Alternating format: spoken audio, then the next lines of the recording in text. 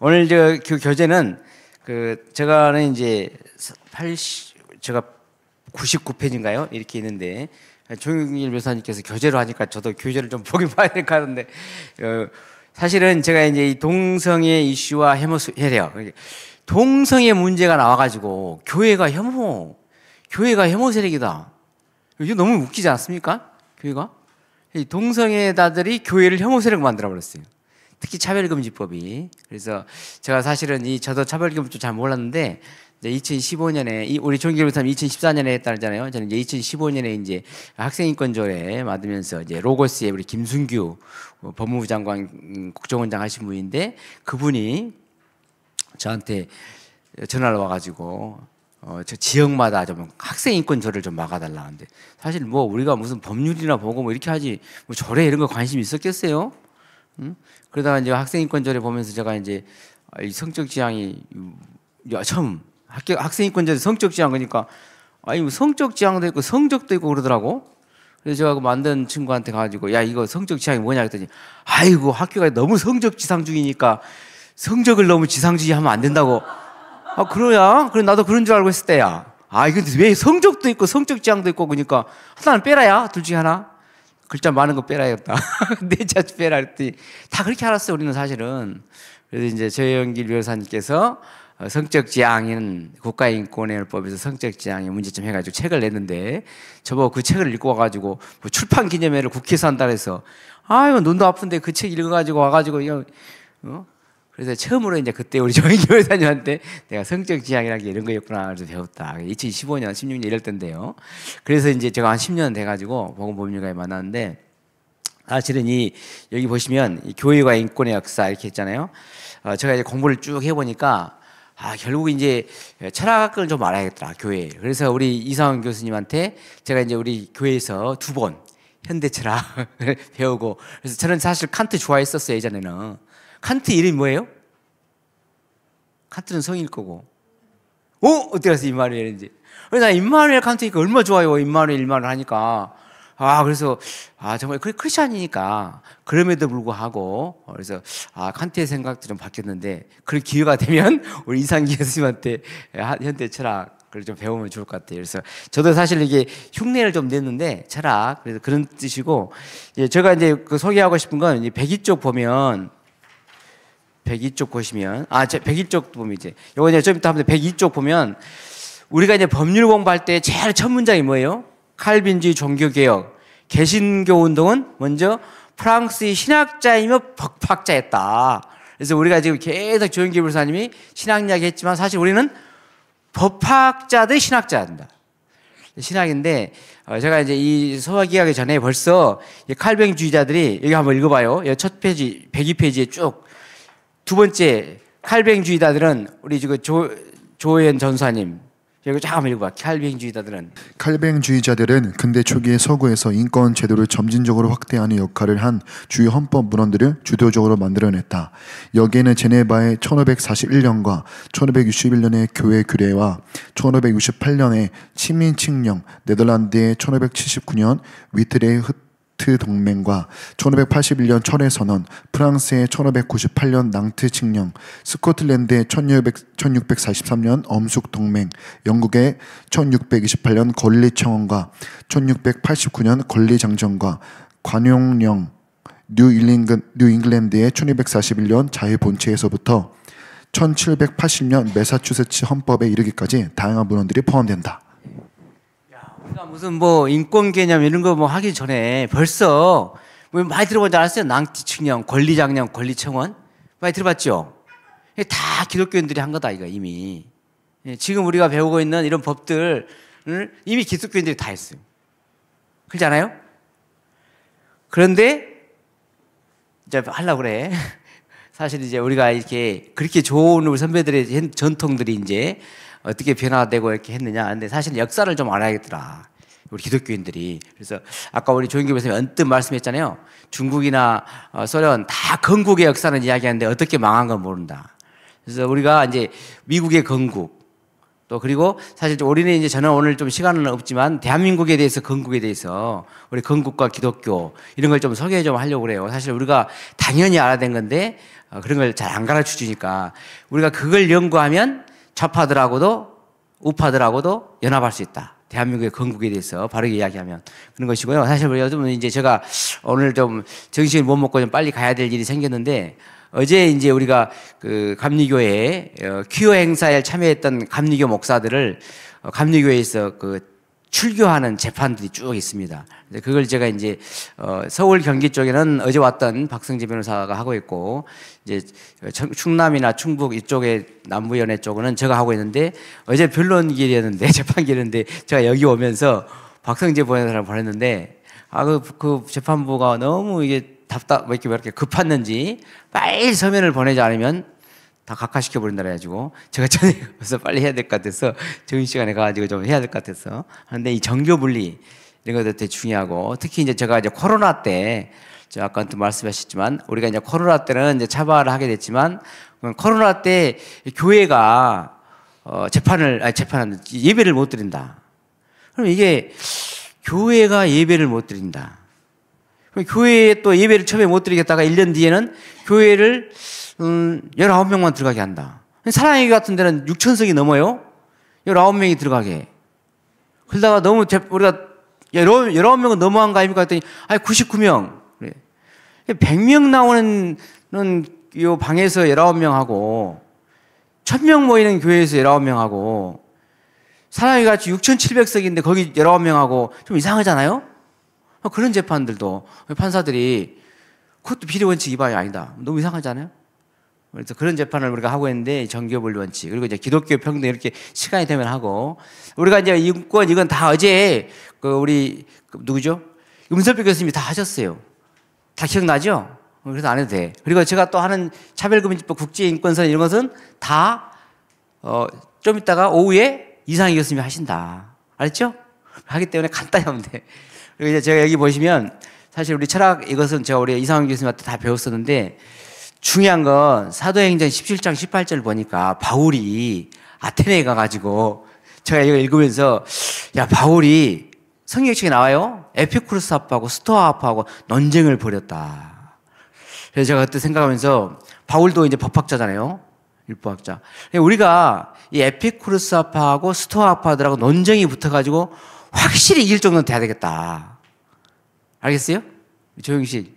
이 정도는 돼야 돼, 아빠처럼. 그래서, 야, 우리가 에피쿠르스 아빠 스토아 철학자들을 이길 정도의 복음을 알지.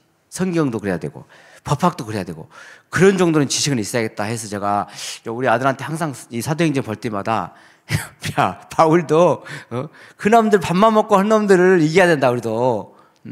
그래서 우리 공부를 해야 한다. 그리고 제가 이제 이 스토아 철학 하기 전에 여기 토마스 있죠? 1200년대 교부 철학, 소콜라 철학, 중세도 철학은 다 있었어요. 제가 이 토마스 했던 말 너무 좋은 말이에요. 도덕적 양심에 따라 행동할 수 있는 유일한 생명체가 사람이다. 다시 한번 읽어봐요. 도덕적 양심에 따라 행동할 수 있는 유일한 생명체다. 요즘 반려동물 하는데 개하고 달라요, 사람은. 그러지 않아요? 그리고 우리는 영심. 제가 어제 사실 이 도덕을 물어보려고 오늘 수업을 좀 짧게 하려고 제가 은섭님한테 여쭤봤죠. 인권 해가니까 인권이 뭐라고 그랬어요? 인간이 태어날 때부터 당연히 가지는 권리다. 당연히 졸렌하고 이제 당연. 근데 그때 제가 물어봤죠. 인간이 당연히 가질 수 있는 권리인데 그게 도덕적인 것라고 제가 물어봤죠. 왜 물어봤겠어요? 오늘 수업 제가 편하게 하려고. 그래서 당연히 인권은 도덕적이어야 되는데 도덕적이란 말을 안 하더라고. 그래서 그 도덕적인 것 보셔. 도덕적 양심에 따라. 그리고 우리는 너무 이성을 강조해. 특히 칸트. 근데 여러분 중요한 게 이성이 중요해, 양심이 중요해? 양심만 중요한 게 둘 다 중요하지. 근데 우리가 너무 이성만 생각을 해요.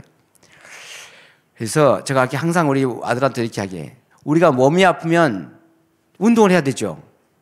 또 저식이 부족하면 이성을 개발하려고 열심히 공부하잖아요. 법학 공부해야 돼. 그러면 여러분 양심을 개발하려고 무슨 노력을 해요? 내가 물어보거든. 몸이 아프니까 열심히 운동한다. 그다음에 또 서울대학교 가야 되니까 저는 서울대학교 고려대학교 나왔지만 또 아주대 로스쿨 가려면 열심히 공부해야 되죠. 지성, 이성은 열심히 공부해. 그럼 여러분 양심을 위해서 얼마나 노력을 해?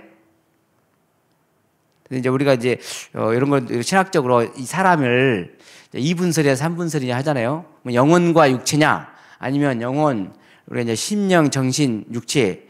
헌법책을 보면 우리는 3분설을 따라 헌법책에서는. 근데 신학을 보면 동양 쪽에서 공부하신 분들은 3분설을 영혼, 육 이렇게 하는데 미국에서 공부하신 분들은 영혼, 육 2분설밖에 안 따르더라고요. 그래서 내가 이 철학은 좀 스피릿하고 소울을 같이 보는 것 같아. 미국에서는. 그래서 그런 것은 신학자 이상승 교수한테 물어보고. 그래서 우리는 기본적으로 헌법에서는 심령과 정신과 육체의 통일체다. 젤레, 가이스트, 라이베. 그래서 우리가 3분설인데 양심. 그래서 우리는 정교 없는 놈들은 나는 네 양심 없는 놈이라 이렇게 하고 싶을 때도 있고 그런데. 그래서 우리가 사실은 신앙은 기본적으로 가지고 있어야 한다. 양심. 이거고 인권의 기본은 사실 우리가 아까 인권은 아까 우리가 저 100페이지 봤지만 이미 1500년대에 이미 우리가 인권은 했어요. 그러나 철학자들은 교회가 했다는 일을 좀 하기 싫으니까 고대 그리스부터 이 철학자들이 플라톤, 아리스토, 소크라테스가 벌써 막 인권에 대해서 논의했다? 개뿔 같은 소리죠 그거. 자유인들만 있었겠지. 총들한테 무슨 소크라테스는 조금 뭐 그럴 수 있다. 플라톤이나 아리스토텔레가 강의하고 그렇게 하려면 그 사람들 강의만 하고 먹고 살았잖아요. 소크라테스는 강의만 해갖고 먹고 사는 사람이 아니에요. 그래서 돈을 못 버니까 맨 부인이 강의하고 오면 어떻게 했어요? 그래서 배가 고팠잖아. 배가 고팠 소크라테스. 그런데 이제 그 소크라테스 덕분에 플라톤 때부터는 돈을 잘 벌었다. 학원 강의로. 아리스토텔레스는 그렇게 하려고 그랬는데 플라톤의 제자가 못 됐죠. 그래서 아리스토텔레스는 쫓겨나가지고 어디로 가요? 마케도니아입니까? 마케도니아입니까? 교수님? 그래서 알렉산드리아한테 가잖아요. 그래서 알렉산드리아 만나가지고 거기서 알렉산드리아 대왕 스승이 돼가지고 그래서 먹고 사는 거잖아요. 알렉산드는. 아까 뭐니까 아리스토텔레스는 들으면서 그래서 이제 우리가 헬레니즘이 되게 되는데 그래서 그런 거 그렇게 먹고 사는데 우리가 이제 사실 인권의 기원 그러면 우리 법학자들은 인권의 기원을 이렇게 두 가지로 갖고 한다. 프랑스 혁명이냐, 미국이냐. 사실은 우리도 아까 말한 그 교회의 역사에서 칼뱅이 했던 그런 것들은 헌법책에 나오지도 않고 헌법에는 인권의 역사 그러면 프랑스 혁명이냐 아니면 뭐냐 이렇게 나오죠. 우리도 다 그렇게 책임했죠. 근데 그러니까 프랑스 혁명이다 이렇게 한 사람들이 프랑스는 그렇게 했겠죠. 프랑스 부뚜미, 엘리네크 논쟁 이런 거 책에서 봤어요? 본 사람 한 명도 없죠. 여러분 교과서 갖고 공부 안 하죠. 다 수험서 갖고 하죠.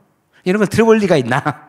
그런데 여기서 제가 했던 이야기는 사람들이 다 인권은 프랑스 혁명이다. 프랑스 혁명이 1789년 프랑스 혁명 그 프랑스 인권선언이지 이렇게 이야기한단 말이죠. 그러니까 독일의 엘리네크가 법실증주의자인데 배가 아플 거 아니에요. 네? 프랑스가 그렇다고? 그럼 자기는 독일 애들은 배가 아프니까 거의 법학자가 아니다. 너 프랑스 혁명 했지만 그냥 선언에 끝났잖아. 그 다음에 나폴레옹이 나타나가지고 싹 다시 쓸어버렸잖아. 그럼 뭐 개풀이지 이렇게 생각했지. 그런데 미국을 봐라. 미국은 법을 딱 만들었어. 제도사적으로. 이렇게 한 거예요. 그래서 엘리네크가 제도사적으로 봐라. 1776년에 버지니아 권리장단도 만들고 1776년에 미국 독립선언도 만들고 이렇게 했잖냐. 법이 제도화 돼가지고 그리고 미국은 그렇게 한번 만들어가지고 나폴레옹이 나타나지 않았어. 계속 그 제도를 유지했잖냐. 그러니까 미국이 제도사적으로는 인권의 효시야 이렇게 한 거예요. 논쟁이 붙었어요. 그러면서 딱 하나 제일 중요해. 미국이 인권의 효시가 되면 미국은 뭐 때문에 세워진 나라냐? 종교의 자유를 찾아서 떠난 나라 아니냐. 미국의 인권의 효시라고 하고 법 제도사적으로 미국의 헌법을 인권의 효시라고 한다면 결국 인권의 효시는 종교의 자유다. 이렇게 돼 있어요. 저는 그거 보면서 너무 감동이더라고. 그럴 것 같아요? 우리는 다 그렇게 생각해야지. 주의 청년들인데. 그래서 우리가 이것을 논리적으로 설명해도 전혀 손색이 없다. 미국은 종교의 자유를 떠난 사람들이고 그리고 거기서 미국을 제도사적으로 하면 종교의 자유다. 프랑스는 사상만 그렇게 했지. 그리고 어제 박예랑 알아보는데 누가 영어 좀 하나? 우리 한동대 나오신 분들 없어? 영어 이거 읽을 줄 아는 사람? 아무도 없네. 어쨌는지 열심히 하는데 영어 보세요. 이 1770년 유언 권리장전에 모든 사람 that all men are by nature equally free and independent and have certain inherent rights. 그러니까 이제 모든 사람들은 by nature 자연적으로 이게 이제 우리가 태어날 때부터 이거 아니요? 평등하게 자유롭고 independent 자주적이고 inherent right는 양도할 수 없는 이런 뜻이에요. 이런 권리를 부여받았다. 그런데 by nature 그런데 그것을 불과 한 달 뒤에 1776년 7월 4일 미국 독립선언에는 we hold 이거 빼고 뒤에 두 번째 문장 that all men are created equal that they are endowed by their creator. by nature를 by their creator로 바꾼다. 한 달 만에 미국 독립선언서 그렇게 하고 이제 inherent를 unalienable 양도할 수 없는 똑같은 뜻이라고 하더라고요. 이렇게 alienable right 하면서 liberty, pursuit of happiness 우리의 라이먼 생명권을 이렇게 생명권, 자유권, 행복주권. 지금 우리가 하는 행복주권이 미국의 헌법에 왔다고 이렇게 돼 있거든요. 근데 보세요. by nature를 by their creator로 바꾼다. 1776년에. 그래서 우리가 이제 천부인권 이렇게 하는 거거든요. 미국의 헌법들은 다 이 창조주가 우리에게 준 권리다. 이것을 명문으로 독립선언서로 만들고 이러기 바로 미국 이제 헌법에 관련되는데 이게 1776년. 그러니까 1789년보다 13년이 빠른 거예요. 그렇지 않겠어요? 그리고 이제 이 독일 애들이 뭐라고 했냐면 미국 독립선언 만들 때 제퍼슨 만들 때 그때 프랑스 장교들이 영국하고 미국하고 독립전쟁 할 때 프랑스가 도와주러 가요. 미국을 도우러 갔을게 아니면 영국을 도우러 갈게? 자, 너 물어봐야겠다. 프랑스 장교들이 도우러 갈 때 미국 독립전쟁 할 때 미국 도우러 갔을 거라 생각하는 사람, 영국 도우러 갔을 거라 생각하는 사람. 누구 도우러 갔을 것 같아요? 프랑스가. 다시 한번 물어봐야지. 프랑스가 영국하고 미국하고 독립전쟁이 붙었다. 프랑스가 지원을 하러 간다.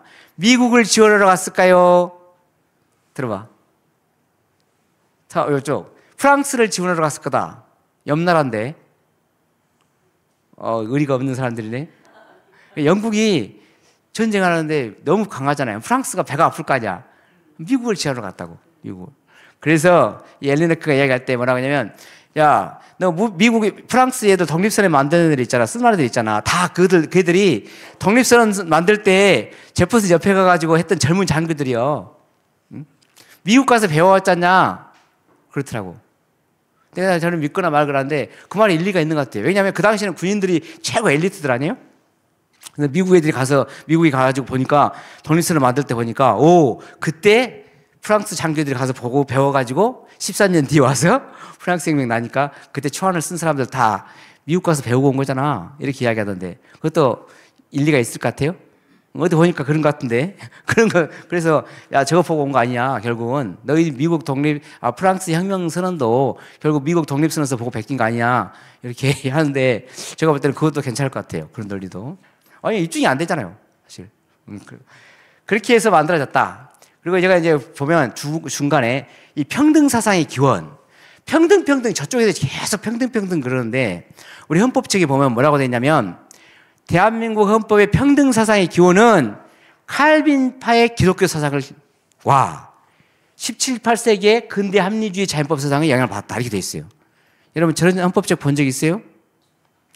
우리 조영길 변호사님 배운 권영선 교수님 헌법책이 있는데 권영선 교수님 돌아가시고 나서 헌법책을 쓸 때는 저런 걸 안 써. 근데 저 보면 평등 사상은 칼빈파의 기독교 사상의 영향을 받았다. 그리고 근대 합리주의. 이건 갖다 이제 붙일 거야. 그 뒤에. 칼빈파는 언제 있었어요, 아까? 1500년대에 벌써 있었잖아요. 17, 18세기. 그 다음에 이제 합리주의자들은 우리 이상원 교수님 말씀하실 때 다 신의 고의를 자연으로 바꾼 사람들이고 그 전에 칼빈파의 평등사상이다. 근데 왜 그랬겠어요? 슬픈 역사예요, 저거 사실은. 이 칼빈파들이 종교개혁을 떠난 사람들이 왜 그랬을까요? 그때 이제 칼빈, 카톨릭이나 성공회 때문에 런던에서 하루아침에 몇만 명씩 죽어. 여러분, 피해 여왕 들어봤어요? 피해 여왕? 메리 퀸? 왜 피해 여왕이요? 우리 기독교인들 피리야, 개신교도 피.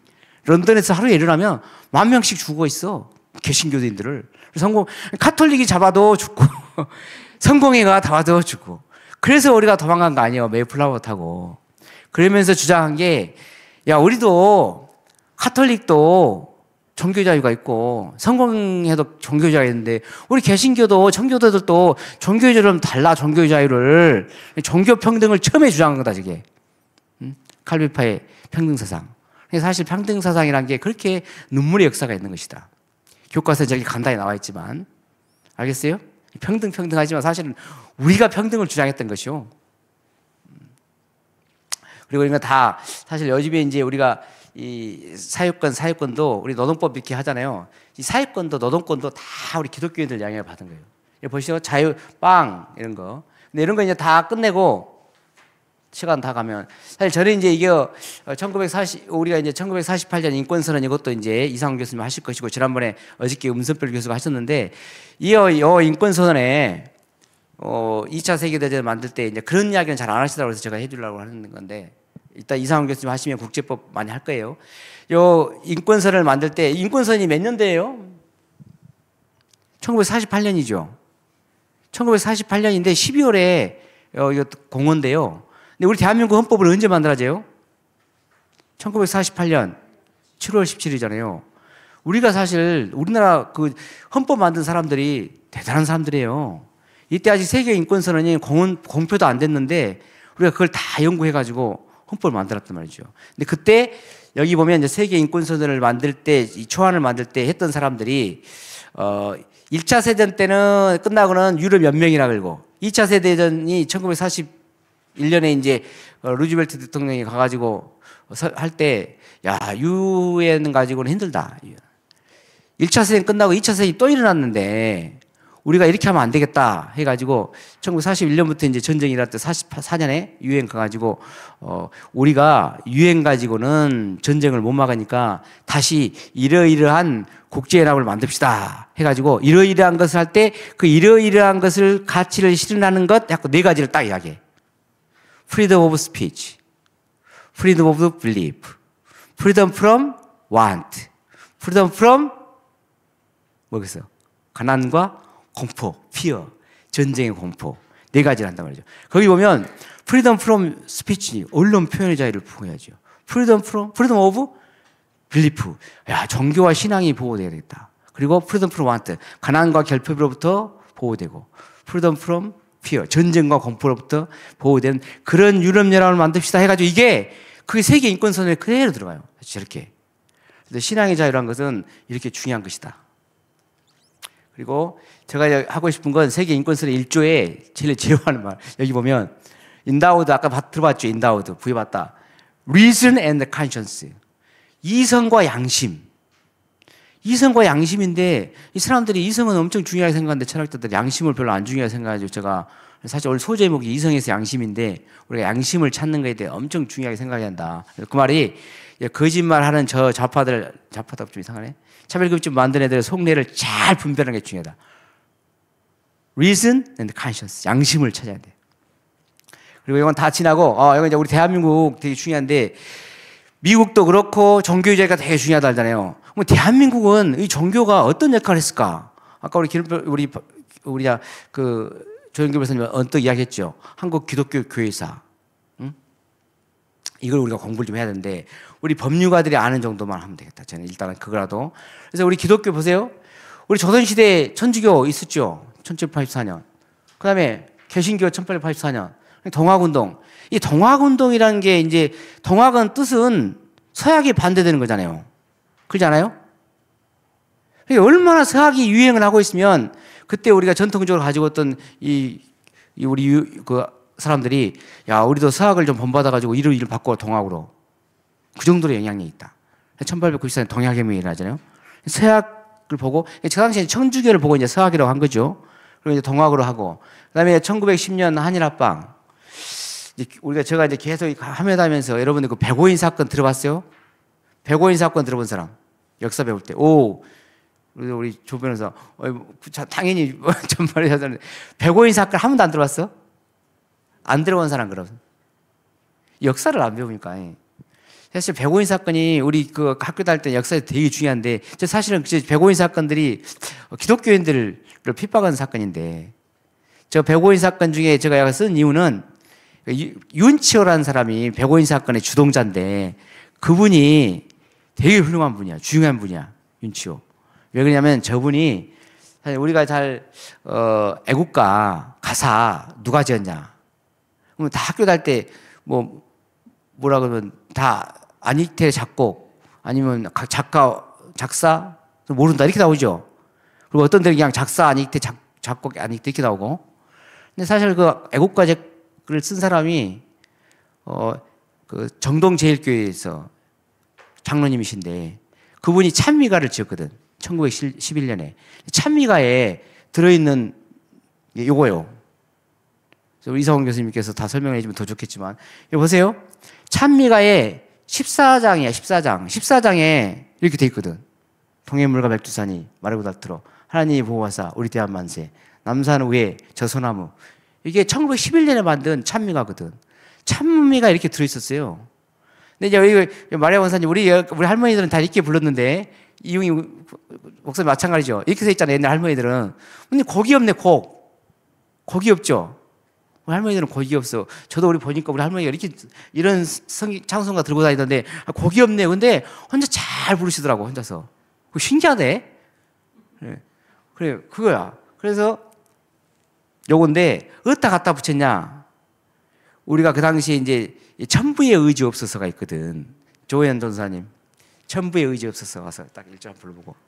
저기서에다가 이제 천부의 의지 없어서다가 가사를, 예.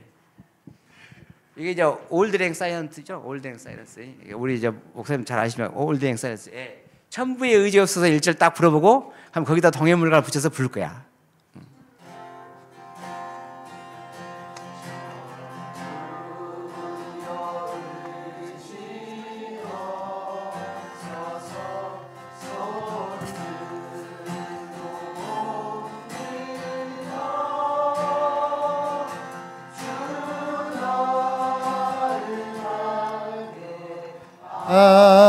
하시면 나 어디 가리까 내 죄를 씻기 위하여 피 흘려 주시니 곧 되게 하는 마음으로 주 앞에요. 우리 처음부터 동해물과 백두산이 동해물과 백두산이 마르고 닳도록 하나님이 보호하사 우리나라 만세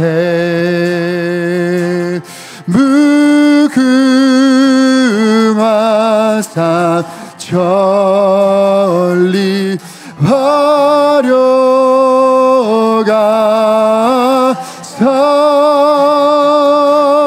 대한 사람 대안으로 길이 보전하세. 박수. 우리 할머니 할아버지들은 이렇게 불렀다, 애국가를. 찬송가다, 아셨죠? 그래서 우리는 애국가를 부를 때마다 찬송가. 저 애국가가 노래 너무 좋잖아요. 곡 너무 좋잖아요. 그래서 그 올드랭 사이런스라고, 그래서 프랑스의 민요인데 민요에 붙여서 우리가 천부의 의지 없어를 불렀다고 합니다. 그 다음에 이제 이렇게 그 확대도 되고 그러는구나. 너무 기능이 좋네요. 그래서 몰랐습니다. 그 다음에 이제 우리가 사실 독립운동 하신 기독교인들, 제가 책을 보니까 다 크리스천들이더라고. 보세요.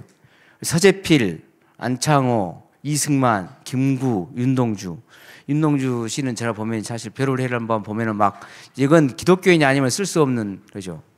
입새이는 바람에도, 그 다음에 생각이 안 나지만 다 들어봤어요. 이거 진짜 성령님의 그 민감한 음성을 듣지 않으면 할 수가 없다. 28살에 돌아가시잖아요. 그 청년의 그 뜨거운 마음. 그다음에 이승만 대통령은 다 알고 있죠. 기독교인이라고.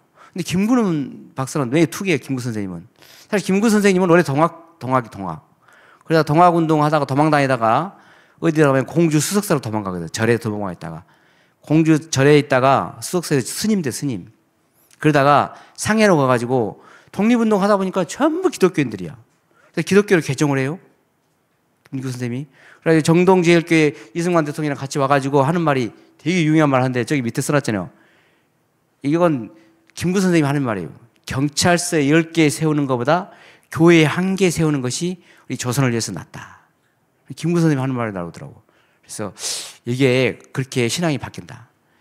정치를 하면서 보니까 처음에 동학하다가 스님 됐다가 보니까 기독교밖에 없겠다 생각이 들어서 저렇게 했어요. 김구 선생님이. 물론 우리가 정치적으로 이승만 하면 뭐 보수가 되고 뭐 김구 선생님 좋아하면 약간 좌측처럼 보이지만 그리고 다 이분들이 신앙을 갖고 있던 것이고 또 신앙을 이제 어느 정도 갖고 있냐가 되게 중요하겠죠. 그래서 그런 것이고 사실 우리 이제 서재필 선생님 같은 분은 대단하시더라고. 그 당시에 미국에서 서재필 선생님이 의사 선생님이야. 의사. 미국에서. 야, 미국에서 의사가 돼가지고 요 이제 배지학당에 와가지고 정치학 선생님이 돼가지고 우리 이승만 대통령을 가르치거든. 배지학당. 여러분 배지학당이 어마어마한 대학이요. 서울에 없으니까 지금 저 지방에 있으니까 배지학당, 배지대학교니까 좀 약간 무시하죠. 이승만 대통령이 나온 학교라니까 거기가. 이 서울에 있었으면 그 연세대학교를 능가할 정도 될 학교인데 사실은 봐도 이분들이 보면 막 주시경 선생님 국어 하는 사람 이게 서재필 선생님 그 선생님이었고 이승만 선생님 다 그 배지학교 나온 사람들 배지학당 그런 분들인데 하여튼 이 서재필 선생님은 미국에 가서 의사 자격증을 따가지고 거기서 잘 할 수 있을 건데 대한민국을 위해서 와가지고 배지학당에 와서 정치학을 가지겠다. 이승만 대통령. 그래서 이승만 대통령이 결국은 이제 정치학 박사가 되잖아요. 여러분, 이승만 박사가 그 박사 그러니까 혹시 이승만 박사가 그 미국에 가서 박사 받은 건 아세요? 오. 어디 학교 가서 받았어요? 오. 그 목사님 말고 학생들한테 그러시고. 여러분, 그 이승만 박사가 박사 그러는데 우리 어렸을 때 대통령이라고 안 부르고 박사라고 부르더라고 시골에서. 그래서 아니 뭔 박사가 중요하냐 대통령이 중요하냐 했더니 진짜 박사더라고 이분은. 예, 네, 대단한 박사. 그리고 그냥 박사가 아니야 대단한 박사죠. 그분이 이제 우리가 사실 저도 이제 요거 너무 하면 또 이거 시간 안에 못 끝내는데 우리가 이 공부를 하다 보니까 이승만 박사에 대해서 저도 사실은 군에 있을 때 제가 약간 잡하잖아요. 법무관이니까 선배님이 저한테 딱 그러더라고. 야, 지법무관, 너는 미국 가야 되겠다. 근데 가서 무슨 뭐 이상한 거 가가지고 1년짜리 공부하고 뭐 LLM 이런 거 하지 말고 그 법무관들이 다니는 잭스쿨이 있어요. 너는 전쟁법을 해라. 전쟁법을 그러더라고. 전쟁법 뭐 먹고 사는데 뭔 지장이 있을 때 전쟁법을 하면 이승만 박사를 보는 눈이 확 달라진다. 너는 진짜 필요할 것 같다. 그래서 공부하다가 열심히 저 공부했거든요. 잭스쿨 가려고. 됐어 선발까지. 그리고 이제 잘려가지고 못 갔지만. 그래서 제가 그때 이 양반이 왜 전쟁법을 공부하는지 알겠더라고. 그걸 알았어요. 그러면서 미국에서 와서 공부를 해보니까 우리가 한국에서 하는 이승만 대통령은 전혀 다르더라. 그건 진짜 대한민국뿐만 아니라 미국의 영웅이더라. 그러면 저보고 공부를 하라 그러더라고. 여러분들도 지금까지 이승만 대통령 부정선거하고 약간 부정적이고 막 이렇게 생각하고 독재자인가 이렇게 생각하는데 공부를 해보면 그게 아니에요. 그래서 제가 이제 건국사를 이야기하는 거예요. 그렇게 하다가 야 이승만 대통령 요것도 우리가 사실 잘 모르는데 이것도 우리가 사실 상식적으로 알아면 좀 알아놔야 겠더라고. 여기 보면 이게 1948년 5월 10일 날 대한민국이 이제 총선이 치러지잖아요. 그렇죠? 1945년부터는 미군정 하다가 1948년 7월 17일 날 헌법이 만들어지는데 헌법을 만들기 전에 5월 10일 날 남한만의 선거를 치러요. 300명을 뽑기로 했거든. 근데 제주도는 이제 그 4.3이 있어가지고 2명을 못 뽑고 300명을 뽑고 했는데 북한이 안 들어오니까 100석을 남겨놓고 남한만 200석을 하기로 해요. 그런데 제주도는 그때 4.3 사건이 생겨가지고 선거를 못하고 2석이 비고 198석만 가지고 이제 그 국회가 열렸을 거 아니에요. 사실 우리 대한민국 국회가 뭐 언제 해봤겠어요. 1948년에 모여가지고 국회에서 하는데, 야, 이거 잘 안 보이죠, 여러분? 여기 보면, 선거 임시의장이 쫙 있어요. 그리고 개회사요. 여기 보면, 개회사, 애국가 봉창, 국회 향하의 경례, 뭐, 순국선열 하고, 뭐랄까, 국회, 뭐, 위원회장 뭐, 그 인사하고, 사무총장이 이제 그 선거를 치렀으니까 인사할 거 아니에요. 그러다 보면 임시의장 추천하는데, 임시의장 추천. 7번이 임시의장 추천인데, 야, 임시의장 추천하는데, 누가 임시의장이 됐겠어요? 이승만 대통령이 되는데, 임시의장을 추천하는데, 야, 추천 이유가 다 간단해. 최고령이니까 추천한대, 최고령. 나이가 많으니까 임시의장을 하는 거예요. 그래서 지금도 국회도 보면요, 연장자가 1순위요, 임시의장은. 그때 생긴 거예요. 근데 그때 나이가 몇 살이냐? 몇 살 때 될 것 같아, 이승만 대통령이? 75세, 75세. 야, 70세가 넘었어요. 1875년생이야. 우리나라에 75세인데 73세겠죠, 만으로. 그 정도 돼야 어른 대접 받는 거예요. 구청을 해. 그래서 그 나이 돼가지고 보면은, 야, 여러분, 뭐, 임시의장을 뽑아야 되겠는데, 나이가 최고령자에는 이승만 박사를 하겠습니다 해가지고 뽑아서 했다. 근데 중요해. 딱 그 자리에 있을 때 기회가 은총 아니요? 기회가 은총. 임시의장 추천 딱 돼서 딱 왔어. 이렇게 나갔죠. 우리 조영기 변호사님 인사해가지고 서기 가서 딱 왔잖아요. 마이크 쫙 잡으면 마이크 잡은 사람이 사회자 아니요. 그게 딱, 내가 저를 임시의장에 보세요. 임시의장 이승만. 임시의장은 결정되었습니다. 딱 하다가 순서에 의해서 임시의장을 추천하게 되는데 의원 가운데에서 최고 연장이 되시는 이승만 박사를 임시의장으로 추천한 것이 어떻습니까? 그건 일동 박수. 딱 올라왔어요. 그게 뭐라고 이제요? 이승만 임시의장. 두 번째 써 있는 거예요. 저기 보면. 임시에 보이죠? 대한민국 독립민주국 1차 회의를 여기서 열게 된 것을 우리가 하나님에게 감사해야 할 것입니다. 종교, 사상, 무엇을 가지고 있든지 누구나 원한을 당해가지고 사람의 힘으로만 된 것이라고 우리가 자랑할 수 없을 것입니다. 그러므로 하나님에게 감사를 드리지 않을 수 없습니다. 나는 먼저 우리가 다 성심으로 일어서서 하나님에게 우리가 감사를 드릴 테인데 이인영 의원 나오셔서 간단한 말씀으로 하나님에게 기도 올려주시기 바랍니다. 이인영 의원이 그 당시에 이제 감리교 목사님이셨다더라고. 그래서 그 당시는 그 대한민국에는 군인들 아니면 목사님들이 제일 최고 학력자들이니까 의원도 많아. 그래서 이제 그 당시에 뭐 우리 대한민국에 몇 프로 되지도 않았지만 기독교인들이 그 당시에 한 모르겠어요. 4%다 말다 5%다 있고. 그런데 이제 1919년 4, 5%가 3.1운동 끝나면서 거의 막 20% 이상 넘어갔나 보더라고. 의원님들 중에 200명 중에 거의 40명 정도는 기독교인이라고 하더라고요. 그래서 이윤영 박사님이 나와서 한데 목사님이 나와서 기도하는데 감리교인들의 엄청 자부심이 있습니다. 그때 초대 국회 때 우리가 기도를 해서 했는데 그때 감리교 목사님이었다. 여러분, 더 중요한 건 감리교가 중요한 게 아니고 우리 대한민국이 재헌의회 때 임시의장이 첫 번째 했던 일이 뭐라고요? 이윤영 목사님 나오시오. 그때 의원이죠. 나오시오. 기도하시오. 여러분 다음에 되면 다 법률가들이니까 재헌의회 1회 회의록을 딱 찾아보면 이 페이지에 기도문이 나온다. 기도문을 한번 다음에 읽어보시라. 그렇게 기도를 시작했고 그 다음에 이제 우리가 대한민국 헌법에 대해서 논쟁이 심해요. 요즘도 보시면 건국전이냐 광복전이냐 해가지고 좌우가 엄청 진영이 대립이 심해요. 왜? 그러지 않아요? 건국전을 만들자 광복전을 만들자 아주 관심이 없죠. 조금 있어 보면 이게 장난 아니구나. 그래서 하게 되는데 뭐 때문이냐? 헌법 때문에. 헌법 1948년 7월 달에 이렇게 돼 있어요. 유구한 역사와의 전통에 빛나는 우리들 대한민국은 기미 3.1운동으로 대한민국을 건립하여 이렇게 돼 있죠. 지금 현재 헌법은 1987년 10월 28일 대한민국 헌법은 뭐라고 돼 있어요? 우리 대한민국은 3.1운동으로 건립된 대한민국 임시정부의 법통과 불의항전 4.19 민주 이념을 계승하고 이렇게 됐죠. 이거 가지고 임시정부가 대한민국 정부입니까? 아닙니까? 건국이 됐습니까? 이거 가지고 되게 좌우가 싸우거든. 근데 저는 그런 거에 우리 조영기 교수님 계속 이야기지만 우리는 좌우 이런 거에 중요한 생각이 아니고 객관적인 사실만 가지고 하자. 이렇게.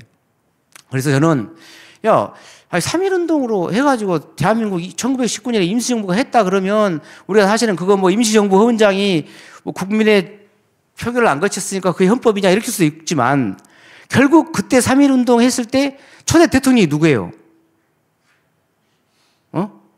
이승만 아니요. 그런데 1948년에 7월에 돼가지고 임시장 돼가지고 그 다음에 선거해가지고 초대 대통령 이승만 대통령이고. 그러면 어차피 그것도 이승만 아닌가? 이런 생각도 들고. 그런데 더 중요한 건 그걸 다 떠났어. 3.1 운동 임시위원장이 1919년 4월 11일에 만들어졌어요. 와, 저는 요거 이제 대한민국 3.1 운동을 건립된 대한민국 임시정부의 법통 그러니까 대한민국 임시정부의 법통이 뭐냐? 그러면 대한민국 만들었던 임시원장을 봐야 될 거 아니에요. 근데 그때도 헌법이 있었다고 그래, 좌팔도. 야, 대한민국도 임시원장이 있었다? 1919년 3월 1일 날. 딱 10개 조문인데 제가 8조까지밖에 안 썼어. 쭉 보세요. 대한민국 민주공화제를 한다. 그리고 딱, 근데 제가 가장 마음에 든 건 7조. 7조 크게 읽어봐요.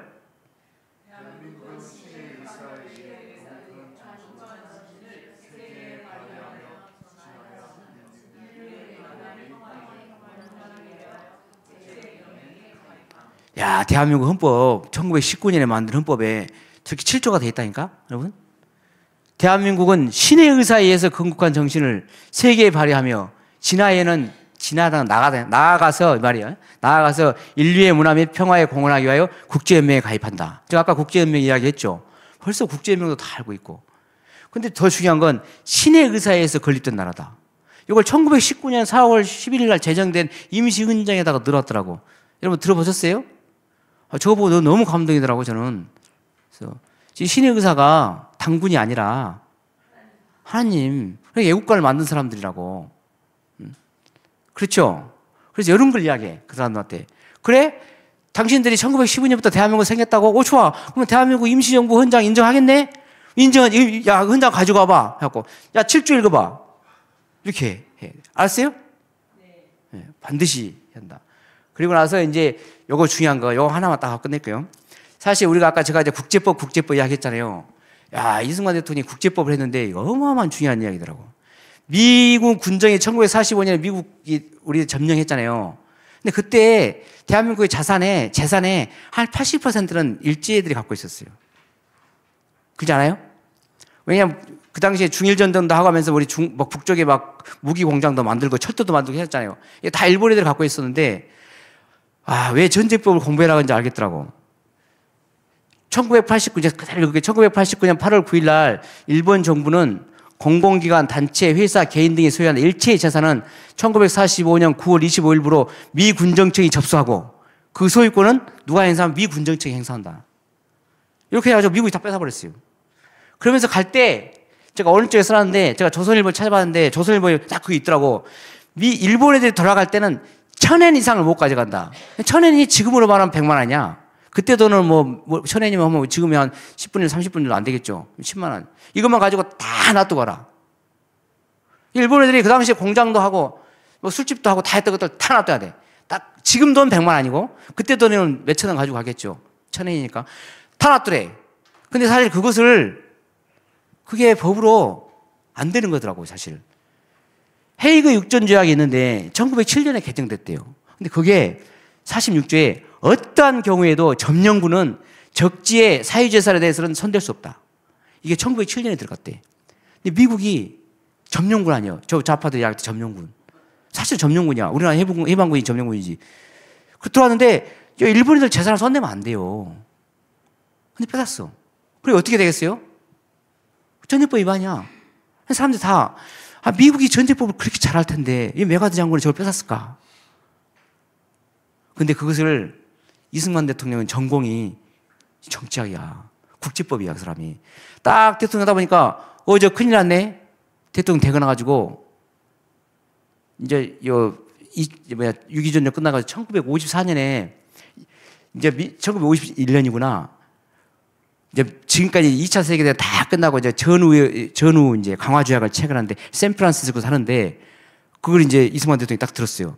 야, 우리 저거 일본의 재산 뺏었던 거 국제법 위반인데 우리 저거 다 뺏기게 된다. 가서 외무부 장관 미국 가가지고 이거 하나 넣어라 해가지고 하나 넣은 조문이 저기 4조 B야. 일본은 한국 내에 미 군정이 실행한 기속재산 접수, 처리 등에 따른 모든 행정조치의 적법성을 인정한다. 이걸 이승만 대통령이 가서 넣은 거야. 너무 놀랍잖아요? 그래가지고 별로 대답 안 하네. 안 믿는구나. 저것 때문에 사실 우리 대한민국이 포항제철 생기는 거고 제철 생기는 거 한 거예요. 그래서 윤석열 대통령이 와가지고 이번에 뭐 일제 무슨 무엇을 보상합시다 하니까 우리가 제3자 변제 뭐 만들어버렸죠. 포차한테 불렀지 대통령이. 너희들 그 돈, 그 재산 그거 다 어디 거냐. 일본 거지. 너희들 갚아야지. 그러니까 아무 말도 못해. 저거.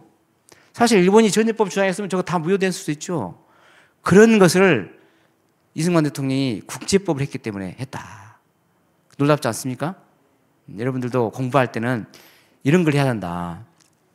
알았죠? 저 나가면 복잡하니까 이 정도까지 하고, 그리고 대한민국 헌법은 1948년에 만들어지게 됐다. 그때까지 했다. 그래서 우리가 좌우를 떠나서 공부를 제대로 해가지고 그 자리에 있을 때 이때를 위함이걸 하면서 우리가 또 한 사람이 하면 아이고 나라를 살릴 수 있다. 그렇기 때문에 우리가 그런 자세로 우리 법률가에 많이 지원해주고 하시면 될 것 같습니다. 사실 요거 내가 책을 가지고 온 이유는 사실 요 책 68쪽을 다 펴봐요.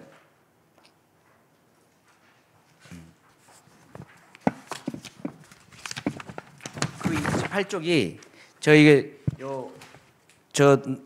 이 책 제가 책자에 써 있는 게 이 책자를 다 각주를 달았는데 우리 조영기 변호사님도 각주를 이야기하더라고요. 그래서 제가 내 이야기가 거짓말이 아니다. 그래가지고 저 책에 보면 108쪽 딱 보면 68년이 나오죠. 1968년 거리에서 발생한 저항운동은 이제 제도권으로 진입해서 발전하였고 심지어 유엔과 유럽연합에서 권력을 좌지우할 수 있게 됐다. 39회 갖고 뭐라고 됐어요? 가브리엘 쿠비 지음, 정세용 옮김, 글로벌 성혁명 밝은 생각 68쪽 돼 있죠. 68쪽 딱 해갖고 첫 문장 읽어봐요. 보면 1968년 거리에서 발생한 저항운동은 이제 제도권으로 진입 단계로 발전했다. 학술적으로 교육받은 핵심 그룹인 60년대 세대는 정치, 미디어, 법조계 등등을 차지하게 되었다. 이걸 우리를 하는 이야기 같더라고. 이것은 제가 쓴 책이 거짓말이 아니라 이 책 보고 밝힌 것이다. 이 책은 조영길 변호사 나한테 선물을 줬던 책이다. 그래서 여러분들이 우리가 이제 제도권으로 진입을 해야 한다. 알겠죠? 그래서 이 사람들이 68년 때 데모해가지고 길거리에서 직장도 없었다 가지고 유엔과 유럽연합을 잡았던 것처럼 이제 우리는 범조인으로서 제도권으로 진입할 수 있도록 갈고 닦아야 되겠다. 하나님께서 기도하면서 그렇게 했다는 게 우리 사명이다. 그런 말씀으로 가름하겠습니다. 재밌어 맛있게 하세요. 감사합니다.